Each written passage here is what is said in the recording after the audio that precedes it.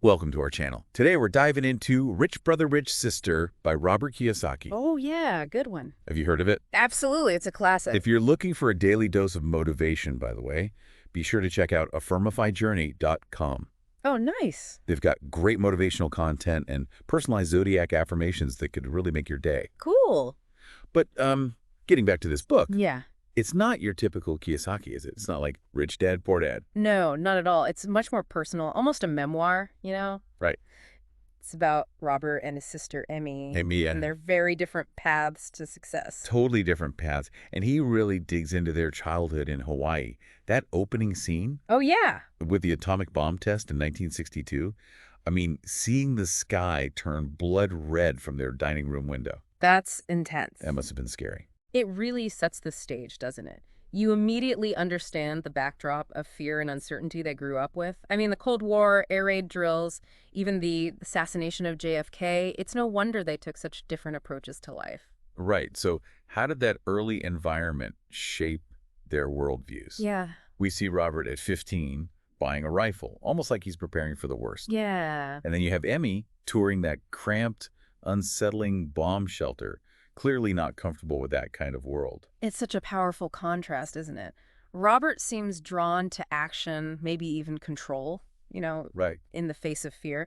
But Emmy, on the other hand, is seeking a different kind of security, one that can't be found in just physical preparations. Right, and those paths diverge even further as they get older. Robert's early attraction to money, it leads him to the Merchant Marine Academy and then Vietnam. Yeah. And the book really digs into his struggles with thou shalt not kill, his internal struggles there. Yeah. It's a side of Kiyosaki we don't often see, isn't it? It is. That moral wrestling really humanizes him. And then you have Emmy facing early motherhood and divorce and seeking solace in a simpler, more spiritual life. So they're both going through intense periods, but seeking answers in very different ways. Absolutely. After the war, we see Robert, he's kind of wild, even gets into trouble with the military.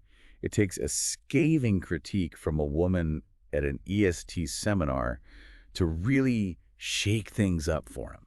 It's a huge turning point for him, isn't it? Yeah. He's forced to confront himself, and that seems to spark his self-improvement journey. Uh-huh. And at the same time, Emmy is living in an alternative community in Hawaii, Wow. having these really challenging encounters with a Zen master, Okay. deepening her Buddhist practice. So both are being pushed, but in very different directions. Yeah. And I think this is where we start to see that financial versus spiritual wealth theme really emerge. Exactly. Robert, even with some financial success, realizes something is missing. Right. He starts developing the cash flow quadrant, really aiming for entrepreneurial success. Uh-huh. But Emmy is struggling financially, yet she's determined to fund her travels to India to study with Tibetan Buddhist teachers. Wow. She even takes a really tough job in Alaska to make it happen. Okay, but that's huge, right? Yeah. They're both taking these leaps of faith, but with totally different end goals. Yeah. Robert is selling his possessions, Yeah. inspired by Beckminster Fuller to teach financial literacy. And then you have Emmy.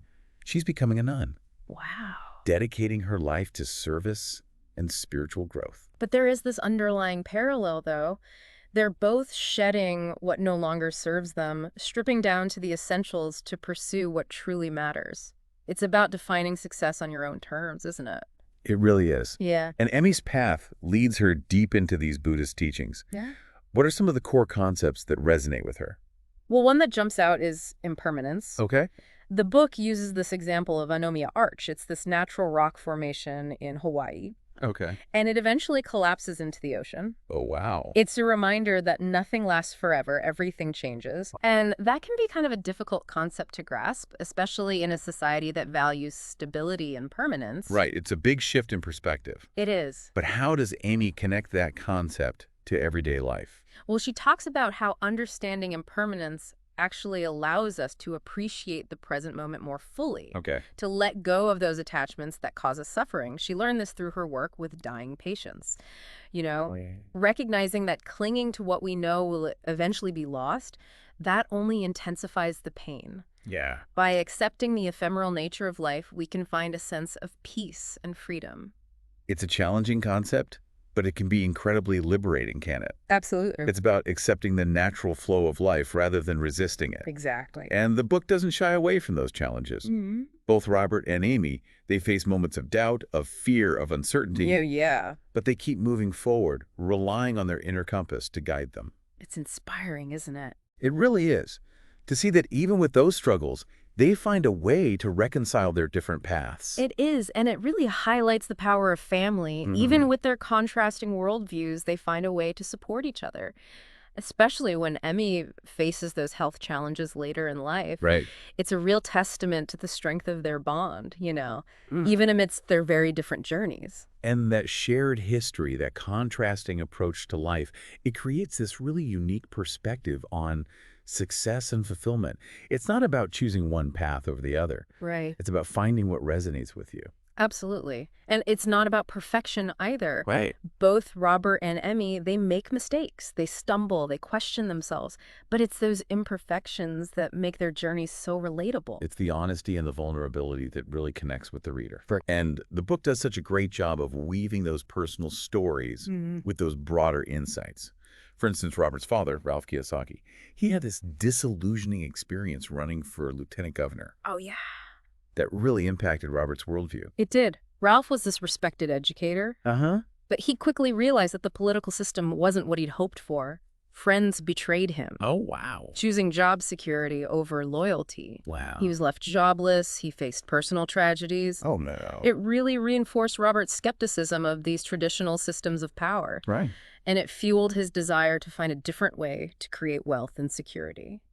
So both Robert and Emmy, they're facing societal pressures. Yeah. But they're responding in very different ways. And it's fascinating how they both seek refuge in these alternative communities. It is, isn't it? Robert finds himself drawn to the intensity of EST seminars, Yeah. while Emmy immerses herself in a dome living community in Hawaii. Those are quite contrasting environments. They really are. Robert thrives in the confrontational nature of EST, Yeah. even using that brutal personality assessment as fuel for self-improvement. Exactly, and it speaks to his resilience, that Yeah. willingness to face his flaws head on. And then you have Emmy.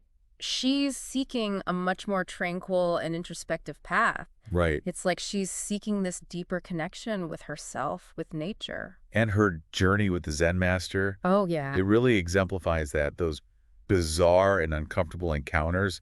You know, the cat-infested shack, the bloody steak incident? Yeah, she was being tested at every turn. It's like a test at every turn. It is. It really highlights her commitment to her spiritual growth, though, doesn't it? It does. She's willing to endure discomfort, uncertainty in her pursuit of this deeper understanding. And both siblings are going through these intense periods of personal growth, Right.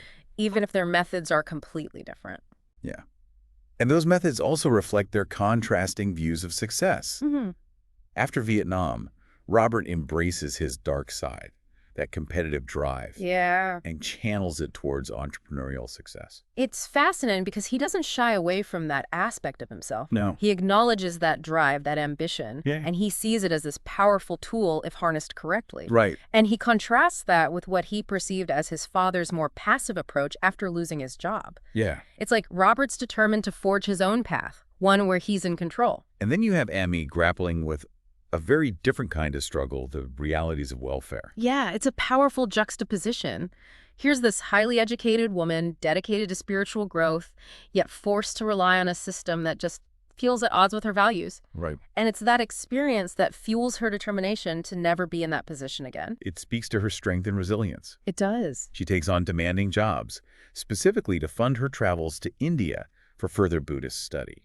It's like she's saying, I will create my own opportunities, even if it means making sacrifices. Exactly. And it's those sacrifices, those challenges that ultimately shape their journeys Right. and lead them to embrace their callings. Robert dives headfirst into entrepreneurship and investing. Right. But importantly, he doesn't dismiss the value of spiritual well-being. He wants it all. It's a more nuanced perspective than we often see. It is. He's not just about financial success. Right. He recognizes the importance of a holistic approach to life. Absolutely. And then you have Emmy. She fully embraces her calling as a Buddhist nun. dedicating herself to service and spiritual growth. It's like they're both finding their place in the world, Yeah. but on a very different path. But on very different paths. And it's remarkable how their paths eventually converge. Yeah. Robert selling his possessions, inspired by Buckminster Fuller to teach financial literacy, Emi deepening her understandings of Buddhist teachings.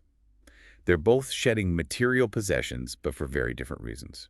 It is, isn't it? And it's in those seemingly disparate journeys that the book starts to reveal these fascinating connections.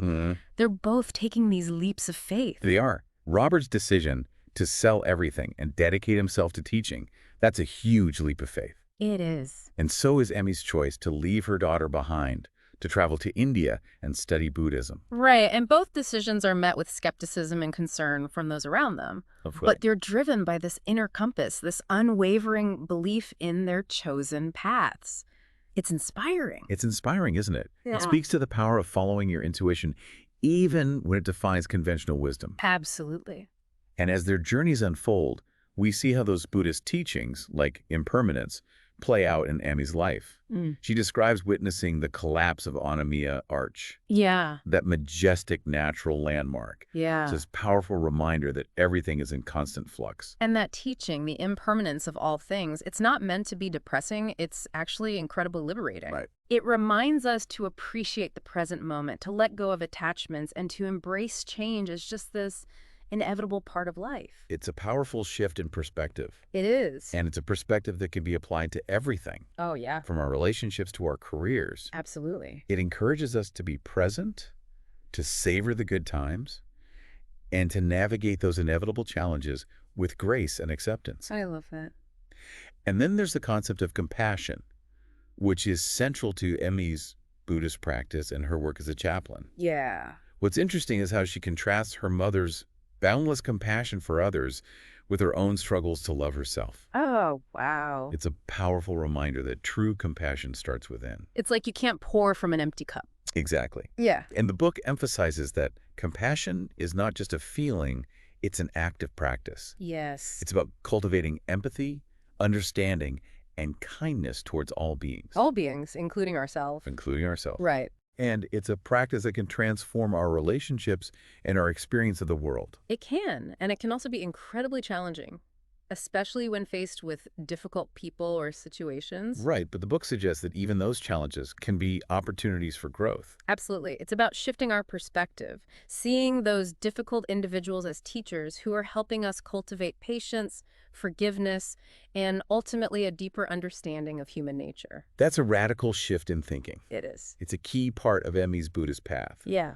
And then you have the concept of karma, which is often misunderstood in Western culture. Right, yeah.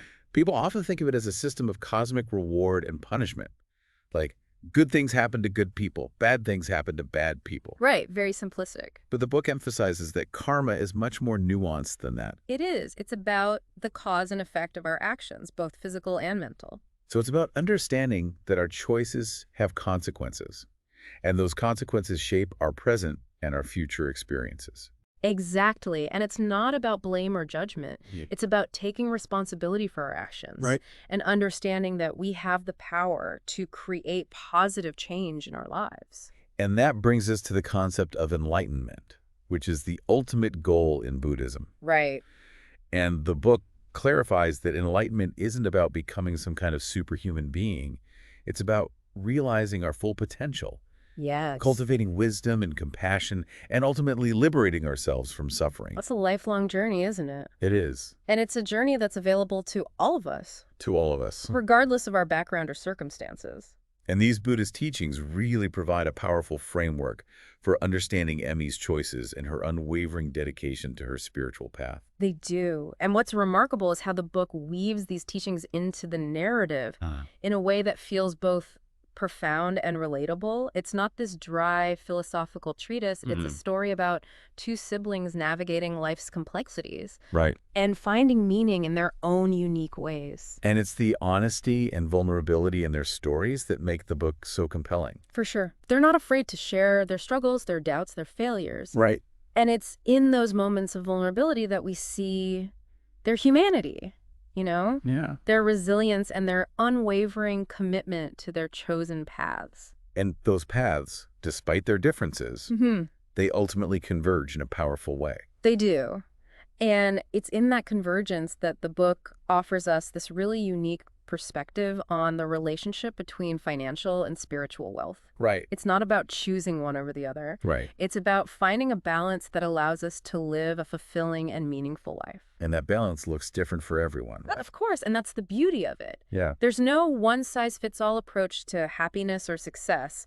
Rich brother, rich sister encourages us to define those terms for ourselves Right. and to find a path that aligns with our values and aspirations. And it reminds us that the journey itself is just as important as the destination. Absolutely. And it's a journey that's filled with challenges, setbacks, and moments of profound growth. Yeah. But it's also a journey that's ultimately about finding our place in the world and making a positive impact, Right. however we define it. However we define it. Mm.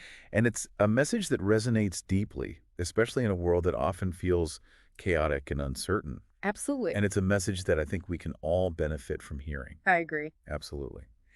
And as we delve further into the book, we'll explore some of the specific principles that Robert and Emmy embrace on their journeys and how those principles can be applied to our own lives. It's about taking those abstract concepts and finding practical ways to integrate them into our daily experience. Because ultimately, that's what makes this book so valuable, right?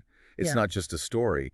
It's a guide for living a more intentional and fulfilling life. It is, and it's a guide that can help us navigate the complexities of the modern world, find our purpose, and create a life that's both meaningful and prosperous. Meaningful and prosperous in whatever way we define those terms. Exactly. And that's a pretty powerful message, wouldn't you say? It is. It's a reminder that we all have the power to create the life we want, to make a difference, and to leave a positive legacy. That's a great way to put it. And speaking of leaving a legacy, Yeah. Rich Brother, Rich Sister also delves into how Robert and Emmy face their own mortality, Right. but from very different angles. Yeah, it's a powerful contrast. Robert, after those multiple near-death experiences in Vietnam, Oh, right. seems to have developed this acceptance of death, this understanding of life's fragility that fuels his drive to make the most of every moment. It's like he stared death in the face and came out on the other side, Yeah. realizing that fear shouldn't hold him back. Exactly. And that perspective contrasts sharply with Emmy's approach to mortality, which is deeply rooted in her Buddhist practice. So while Robert embraces risk and pushes himself to the edge, Emmy focuses on contemplating death as this natural part of life, something to be met with acceptance and grace. And the book illustrates those contrasting approaches beautifully. You have Robert describing that harrowing helicopter crash caused by sabotage. Yeah. He's sinking underwater, struggling to free himself from the wreckage, and in that moment, he finds this peace. It's incredible, isn't it? He's reconciled with the possibility of death, and it's in that surrender that he realizes he's okay with how his life has unfolded. And that experience seems to free him from that fear that often paralyzes people. You know, fear of failure, fear of judgment, fear of the unknown. Right. Robert's experiences, as harrowing as they were, liberate him from those fears. It's a powerful lesson. Sometimes facing our fears, even our fear of death, can unlock our full potential. Sure. And then you have Annie sharing her insights from working with dying patients as a hospice chaplain. Right. She talks about how people tend to die the way they live, emphasizing the importance of living a life grounded in ethics and compassion.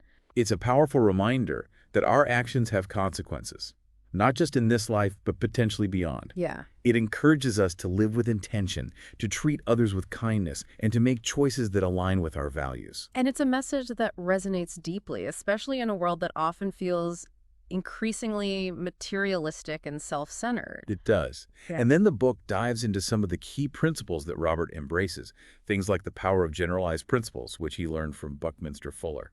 He talks about precession, ephemeralization, and lag, and how understanding these principles can guide our decisions and shape our outcomes. It's about recognizing those underlying patterns that influence our lives, whether we're aware of them or not. Like precession, for example. Yeah. It's the idea that the effects of our actions often ripple out in unexpected ways. Exactly. Robert uses the example of a spinning top to illustrate this concept. Okay. The force applied to the top creates this perpendicular force, influencing its direction. He suggests that our goals shouldn't be our primary focus, but rather the processional effects that those goals create. So it's not just about achieving a specific outcome, it's about the journey and the impact we have along the way. Precisely. It's a fascinating concept. It suggests we should focus on the actions we take and trust that the desired outcomes will manifest as a byproduct. It's about shifting our focus from the destination to the journey itself. And then there's ephemeralization, Right.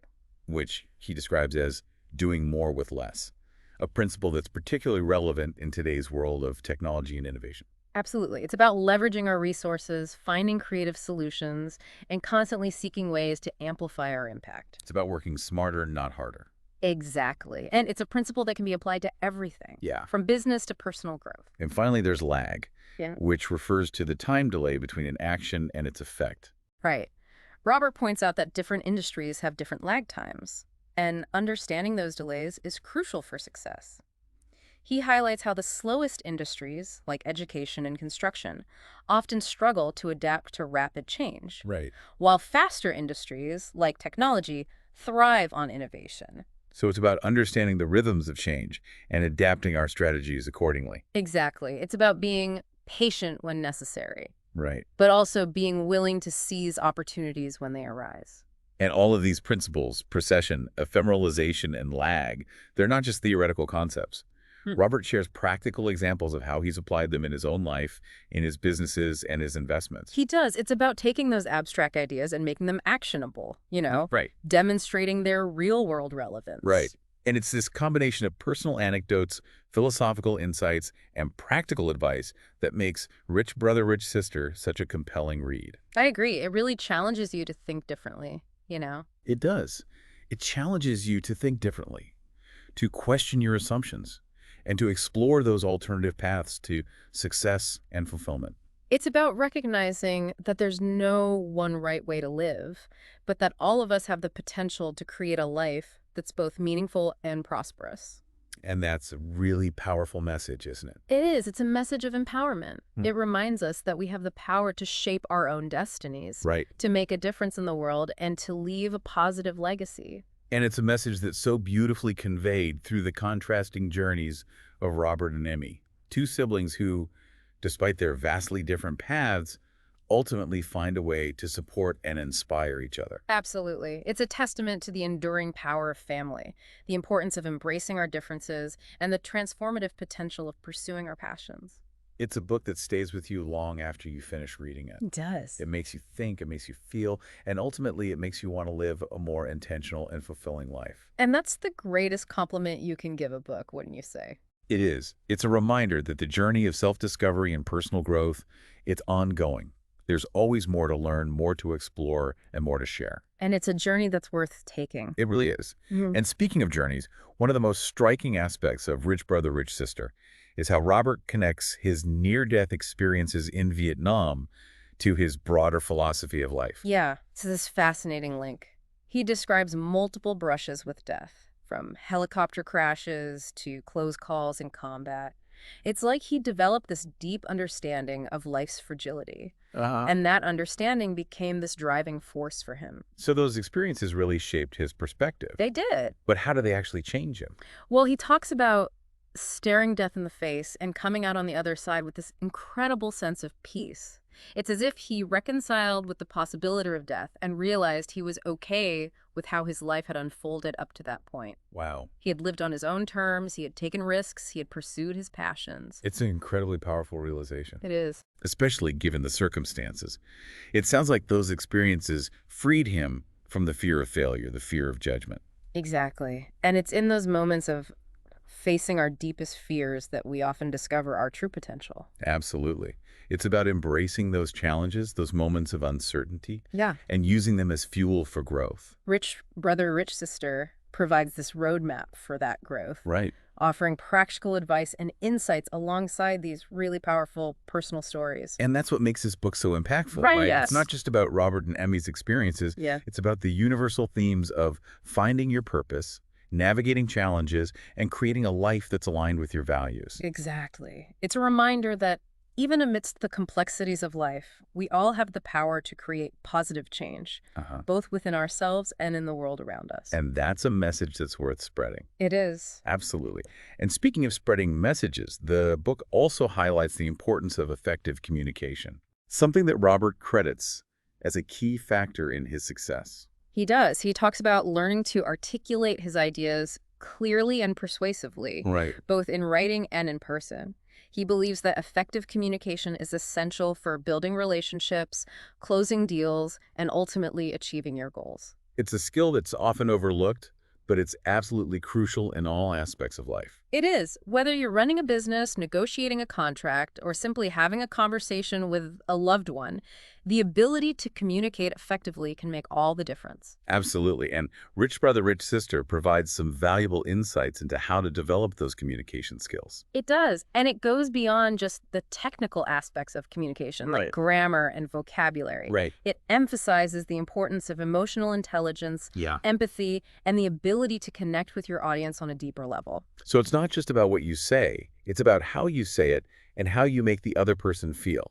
Exactly. It's about understanding the power of storytelling, using humor effectively, and being authentic in your interactions. And those are all skills that can be learned and developed with practice. They are. And the book provides this framework for that practice, Yeah. encouraging readers to step outside their comfort zones, Uh-huh. experiment with different communication styles, and ultimately find what works best for them. It's about embracing that journey of self-discovery and personal growth, which is this recurring theme throughout the book. Absolutely. It is. And it's a theme that resonates deeply with readers because it's something we all experience. We're all on this journey of learning, evolving, and becoming the best versions of ourselves. And Rich Brother, Rich Sister provides this compelling guide for that journey, offering valuable insights, practical tools, and inspiring stories that can help us navigate the complexities of life and achieve our full potential. And as we delve deeper into the book, we'll explore some of those tools and insights in greater detail, providing you with actionable takeaways that you can apply to your own life. So stay tuned for more. We'll be right back after a quick. And we're back. It's amazing how Robert connects those near-death experiences in Vietnam with this idea of living without fear, Yeah, it's like he faced his mortality. Yeah, it's like staring death in the face almost freed him to really go after his goals. Right, with this incredible intensity, like he's Yeah. not afraid of anything anymore. Exactly, and he doesn't shy away from those stories. He really describes them in detail, like that helicopter crash. Oh, the one where he was underwater? Yeah, struggling to escape the wreckage, and even in that moment, he finds this peace. Yeah, it's powerful. Yeah. It's like, wow, finding peace while facing death. What do you think he learned from those experiences, in the bigger picture? He realized he was okay with how he had lived, He had taken risks, he had pursued his passions, he'd stayed true to himself. Right. And it's like that experience, it gave him this clarity and purpose. Yeah, and that clarity translates into this incredible drive, It does. this fearlessness in pursuing his goals. He talks about selling everything he owned, inspired by Buckminster Fuller, to teach financial literacy. That's a huge leap of faith. That's huge. I mean, how many people would actually do that? Yeah, It speaks to that core message, doesn't it? it does. About taking risks and stepping outside your comfort zone to chase your dreams. It's not just about reckless risk-taking, though. It's calculated risks, Having a vision and a plan. And that's where his cash flow quadrant comes in. Exactly. Right. Yeah, he uses that to illustrate different paths to financial freedom, and he emphasizes moving from employee to business owner to investor. Right, like taking control of your financial destiny, Right. not being reliant on a job. Exactly. Building assets that generate passive income. And he provides practical steps, right, for how to do that. He does. He talks about the importance of financial education, Oh, yeah. understanding how money works, developing those skills and mindset. So it's not just about luck. It's about taking action. Exactly. Yeah. It's that message of empowerment. It is. We can achieve financial freedom. Yeah, but it takes effort, education, and a willingness to step outside your comfort zone. And it's interesting how he contrasts his approach with Emi's. Oh, right, with Emi's pursuit of spiritual wealth. Yeah. It's this powerful juxtaposition. While he's building assets, generating passive income, she's cultivating inner peace, compassion, wisdom through her Buddhist practice. And her journey is just as inspiring. I mean, she faces some tough challenges, right? Yeah. Poverty, single motherhood, but she never wavers in her commitment to her spiritual path. She works tirelessly to fund those trips to India, to study with Tibetan Buddhist teachers. I mean, even taking on those physically demanding jobs in Alaska. Alaska. Wow, her dedication is amazing. It really is. It highlights that power of perseverance, Yeah, staying true to your values, even when things get hard. even when faced with adversity. And it really challenges the typical idea of success, doesn't it? It does. In a society that values material wealth, her journey reminds us there are other ways to be fulfilled. Yeah, it's about finding what truly matters to you and going after it, with passion and purpose. Yeah, and the book explores this concept of finding your purpose. Robert talks about his early struggles to find his place in the world, Vietnam, his business ventures. It wasn't until he found his passion for teaching financial literacy that he felt that sense of purpose. It's such a common experience, isn't it? That feeling of searching Yeah, trying different things until you find what fits. until something clicks. The book offers some really good insights into how to navigate that search, like listening to your gut and trusting the journey. Your intuition. Yeah. Robert talks about experimentation, trying new things, and not being afraid to fail. He says failure is not the opposite of success. Right, it's part of the process. It is. It's about learning from your mistakes and adapting. Keeping moving forward. He also talks about mentors, surrounding yourself with the right people. That support you. Yeah, and challenge you to grow. And we see that throughout the book, right?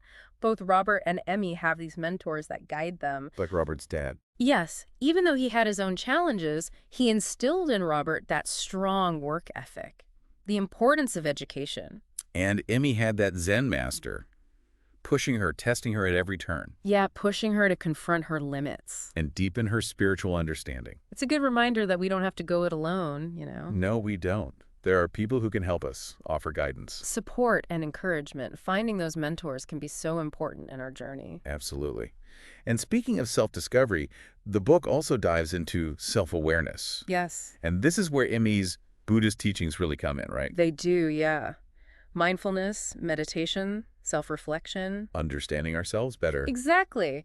Emmy believes by understanding our thoughts, emotions, motivations, we can make more conscious choices, Okay. develop healthier relationships, and ultimately live a more fulfilling life. And she gives us tools for that. She does, yeah. Setting aside time for quiet reflection, paying attention to our breath, just observing our thoughts and feelings without judgment. And gratitude, too. Yes, appreciating the good things in life. Cultivating that positive mindset. Yeah, it's about that deeper connection with ourselves. Right. Knowing ourselves, our strengths and weaknesses. Yeah, and learning to navigate our inner world. With more skill.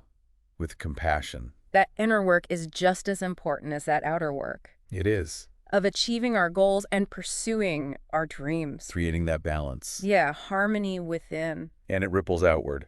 Rich Brother, Rich Sister offers a roadmap for that journey. Those practical tools and insights to help us live a more meaningful life. And it does so through these powerful stories. It does, these contrasting journeys of Robert and Emi. They support each other. Yeah, embracing their differences. Find their own passions. Yeah, and the journey itself is just as important as the destination. That's a great point. It's about savoring those moments, Right. learning, embracing the ups and downs. The human experience. As we continue our deep dive, we'll explore some of the specific tools they use to navigate their journeys. Robert's principles of procession, ephemeralization, lag. Yeah, we'll give some examples of how we can use those concepts. And Emi's Buddhist teachings on compassion, mindfulness, and gratitude. Yeah, offering insights into how those practices can help us find greater inner peace. So stay tuned. We'll be right back. We're back with our deep dive into Rich Brother, Rich Sister. It's fascinating how Robert emphasizes those generalized principles that govern success. He got that from Buckminster Fuller, right? He did, yeah. It's like instead of focusing on specific tactics, Robert wants to identify those underlying principles that apply across different fields. He calls them generalized principles. And he talks about procession, ephemeralization, and lag. Those are some pretty big concepts. They are, but let's break them down. Yeah. So procession is the idea that our actions often have these ripple effects in unexpected ways. Okay. Robert uses the analogy of a spinning top. Right. When you apply force, it doesn't move in the direction of the force, it moves perpendicularly. So he suggests that our goals shouldn't be the main focus, but rather those processional effects. So it's about understanding those unintended consequences, those ripple effects. How do we actually apply that in our lives, though? He says, focus on the journey. Not the destination. Right. Focus on the actions, on doing the right things, and those outcomes will just happen naturally. Trust the process. Trust the process and recognize that sometimes the biggest impact we have is in those unexpected areas, those ripples we might not even see. Right. Okay, what about ephemeralization? Ephemeralization is all about doing more with less, Okay. especially relevant today with all this technology. It's about leveraging technology, but it's also about a mindset, right? It is, yeah. Finding creative solutions, maximizing efficiency, amplifying our impact, working smarter, not harder. And it applies to so many things, how we use our time, our resources, our work, even relationships. Absolutely. And then there's lag, which is the time delay between an action and its effect. Okay, time delay. Robert says understanding that lag is crucial for success. Can you give me an example? How does lag actually play out? Sure. Think about education. Okay. It can take years, even decades, for changes in policies to impact students. That's lag time. Long lag time. Yeah, and industries with longer lag times, like construction, they often struggle to adapt. But then you have industries with shorter lag times, like technology, and they thrive on that quick change. So it's knowing the rhythm of change in your industry and adapting accordingly. Exactly. Being patient when you need to be, but also jumping on those opportunities. What I find fascinating is that Robert doesn't just talk about these principles, he gives real examples from his own life. Right. He's actually using them. He talks about how procession helped him build successful businesses. Ephemeralization helped him create more value with less. Understanding lag helped him make smart investments. He's walking the walk. He's not just talking the talk. And that's what makes Rich Brother, Rich Sister so compelling. It's not just theory. It's real stories about overcoming challenges and learning valuable lessons. Yeah, and it's inspiring. It shows that success isn't just luck. It's about understanding these principles, having the right mindset, and taking action. And it has the power to change lives. It makes people think differently about success. Challenge assumptions.